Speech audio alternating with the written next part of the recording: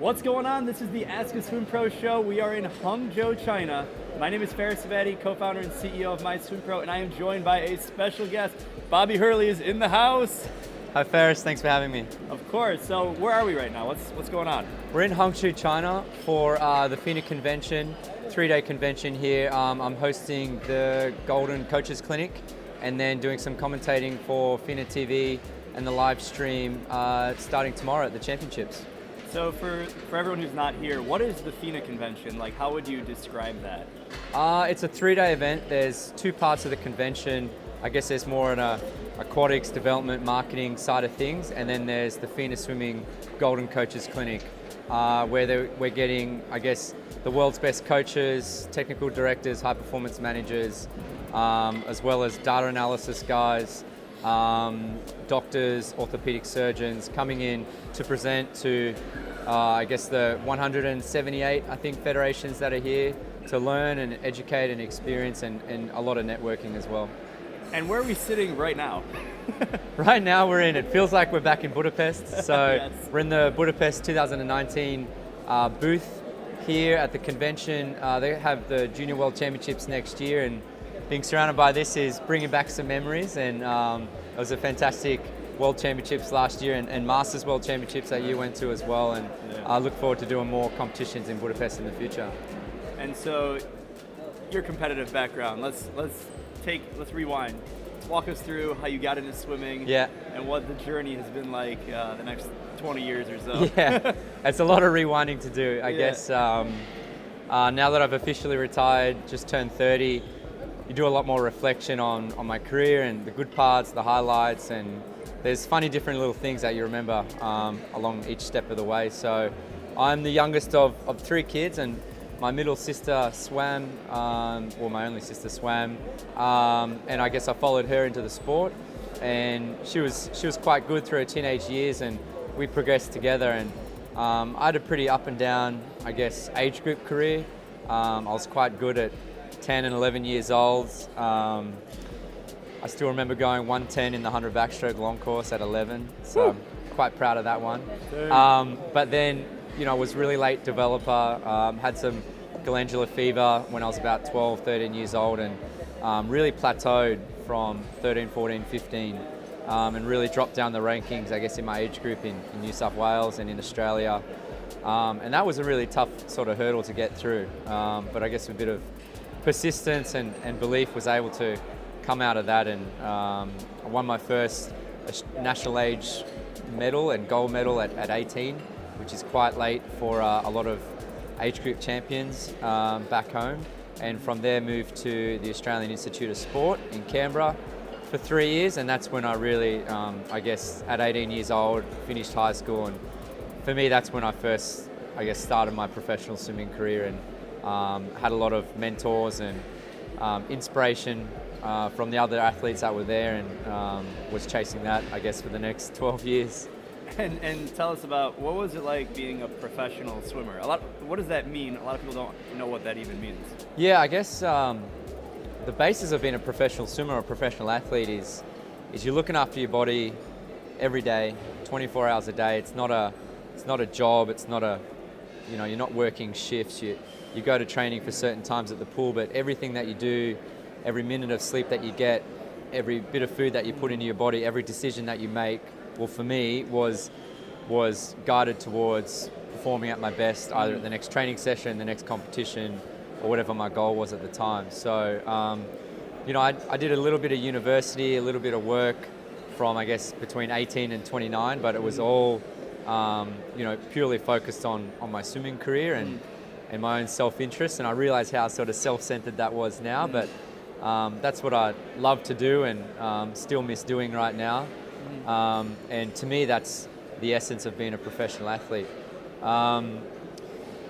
But I guess in Australia, it's tough to be professional as well. I mean, it's tough to be a professional swimmer all around the world. You've got to look at your financial situation and your relationships and where you're living and time spent away from home and trying to juggle all that. But I guess like a lot of Australians in my sort of age group, you speak to any Australian that's about 27 to 35 right now, and we all vividly remember Sydney 2000 Olympics. Yeah. With Thorpe winning that relay on the first night, beating the Americans at home, and that's what's inspired a generation to be a swimmer. As a kid, I was 11 years old when that race was on, and all I ever wanted to do was be a swimmer until I was 30 years old. So I was very, very grateful to have done that, I guess. What would you say are some of the highlights in that journey? My career it's been a whole lot of highs, probably cancelled out with a lot of low points as well, but still pretty grateful for the good swims and the good competitions that I've had. 2008, I missed the Beijing Olympic team. I was third in the 400 free, fourth in the 200 back, fifth in the 100 back, all under 8 times. So I was pretty close, but I was 19 years old, I guess I was disappointed, but it wasn't heartbreaking. And then came back through the end of that season and broke the 50 backstroke world record at a short course World Cup meet, which was pretty out of the blue and surprising, but a great sort of title and a great thing to have as I think I just turned 20 at that point. Yeah. And thought that would be the first of many, but that was the one and only. But it was funny. After I broke the 50 back world record, on that same day, Grant Hackett retired from swimming in Australia for the first time, as did Craig Stevens. So there was a huge hole in swimming in the 400 free and the 1500 freestyle, which is, the 400 was what I was training for, and Australia was pretty established in the backstroke at that point. We had 2 guys in the 100 back final in Beijing. So with my coach, we made the decision to go for the 400 and 1500 free. So I don't know how we did it, but broke the 50 back world record, went straight into 70, 80 kilometer training weeks. So I was on the national team in those events for a few years and raced over in Rome, which was controversial with the bodysuits, but probably the funnest, most out of this world meet that any swimmer's ever been to.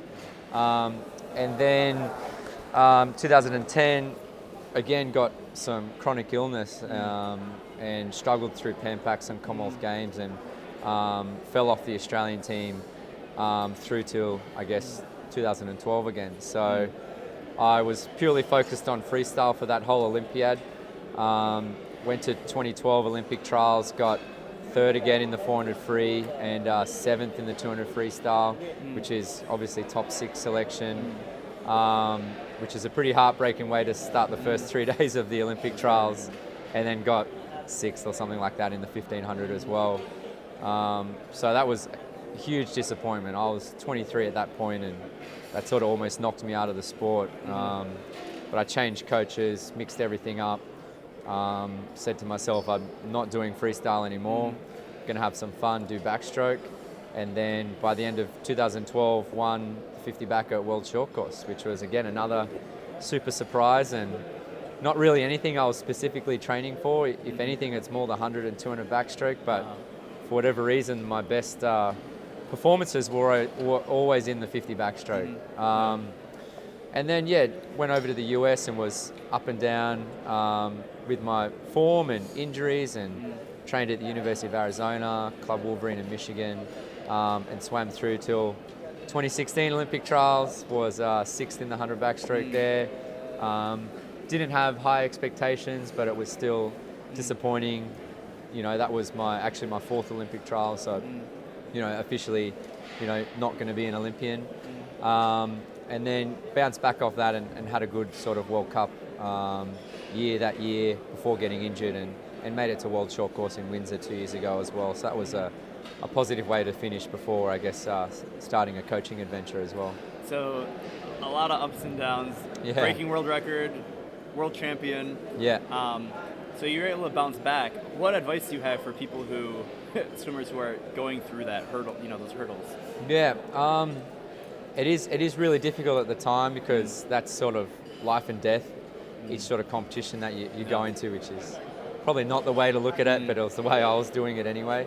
It was really my love for the sport of swimming that kept me in it and kept me driving through, and knowing that I have done this or I have done that, and I had broken a world record in backstroke. Why can't I do that again without even sort of focusing on it or training for it? So there was always a confidence and a belief in myself, even if it didn't add up on paper or on training. So, and then just enjoyment. I love to travel, meet new people, come to things like this. So that sort of persistence and perseverance has come from watching the Sydney Olympics as a kid and wanting to do that. It instilled that drive in you early on. You mentioned international travel and coaching, so I know you're quite the world traveler. So tell me about what the last 2 years, the coaching, the traveling, what's been going on there? Oof, my passport's filled up pretty quickly the last 2 years. It was, I guess, 2016 World Cup, and I was having a great series so far, and then went to the last cluster in Singapore and literally woke up one day and couldn't lift my shoulder above my head. And it took a little while to diagnose, but I had an acute nerve injury in my shoulder. Wasn't firing the muscle faded away, and I was really restricted with movement. But on that very day that I woke up and I couldn't move my shoulders, when Chad Leclos approached me with his plan to move to Cape Town, start a swimming club, along with Cameron Vandenberg, and that was his next move forward in the Olympiad, and asking me to consider being his coach and be mentored by another coach at that point, which he hadn't chosen. And for me, that was having an established guy like Chad coming off the back of 2 Olympic medals, and we'd been friends for a number of years, and I guess he's sort of known my knowledge and my passion for swimming, and that I had an interest in getting into coaching. And so that was a huge decision to, it was made easier by the injury, but to, I guess, put a hold on my career, or even, effectively retire from my own career and give back and put all my energies into somebody else. So I decided to do that, and that was an amazing experience. Based in Cape Town last year, joining the Energy Standard team, which was based in Gloria in Turkey, and mingling with Chad Cameron, Sarah Sostrom, Ben Proud, Georgia Davies, who have been friends in the past, and now getting to know them closer and having that coach-athlete relationship, and also getting mentored by Andrea Danino, James Gibson, and all the other coaches over there. And an amazing experience to go to Budapest, watch Chad win that 200 butterfly. He had a lot of redemption, fueling his motivation, with Laszlo chasing him down on that last lap. I always remember how loud it was in that stadium at that point, and we're sort of hoping that Chad would make it to the end. The screams now because we're still in the stadium. So that was huge, and working with Cameron as well, and open water swimmer Dani Murray over in South Africa.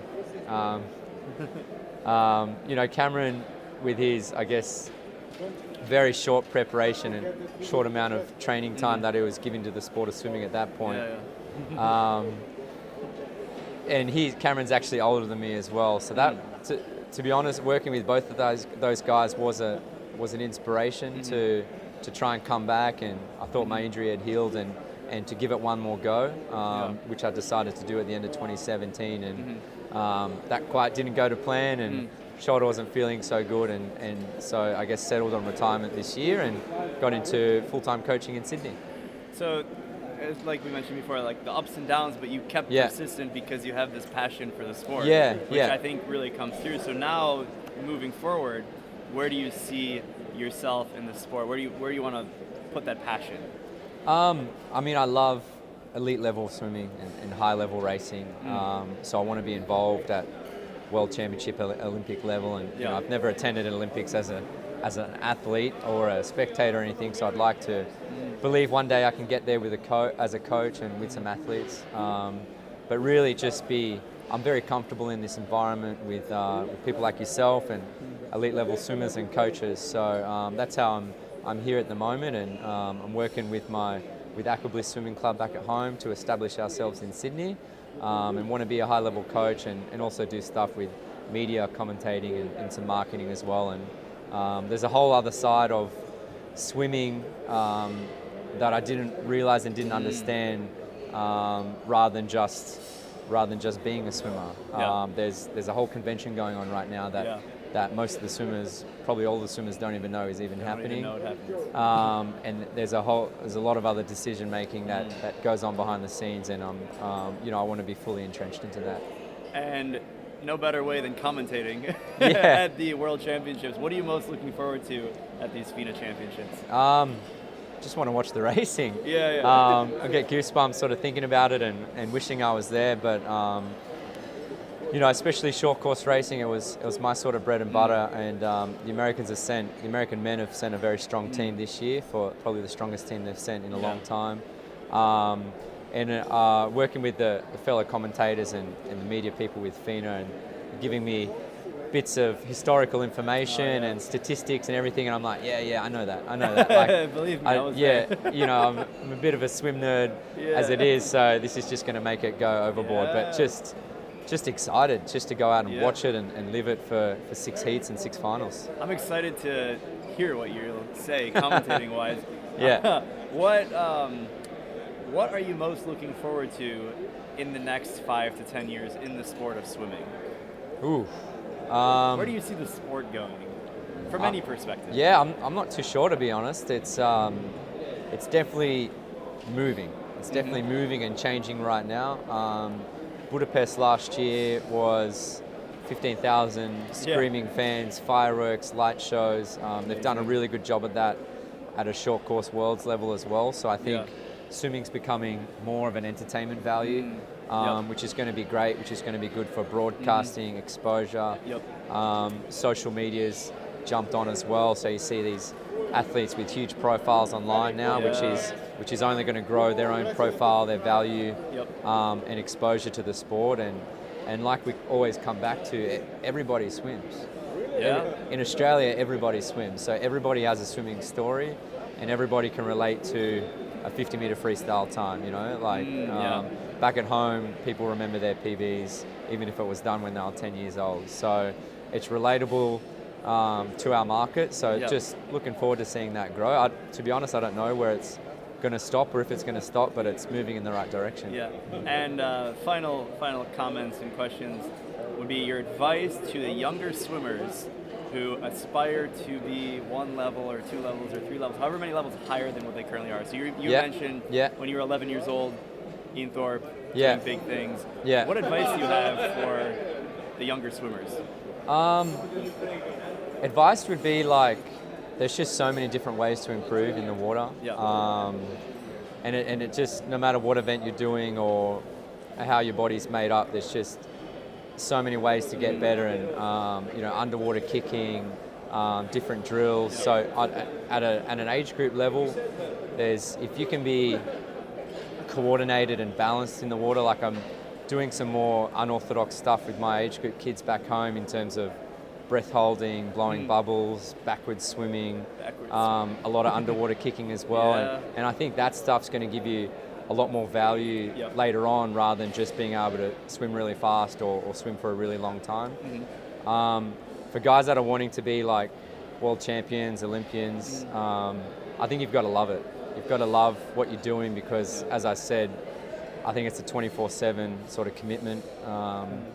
Conor McGregor says it's an obsession to training, to your body, to performance.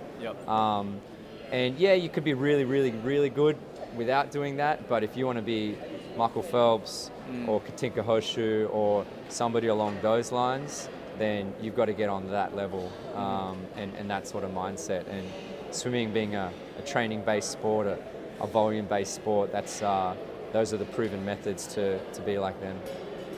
I love it. You heard it right here in Hangzhou. Bobby Hurley. We are at the FINA World Aquatic Convention previewing the Short Course World Championships. Thanks for tuning in for this episode of Ask a Swim Pro Show. Catch you guys later. Bye.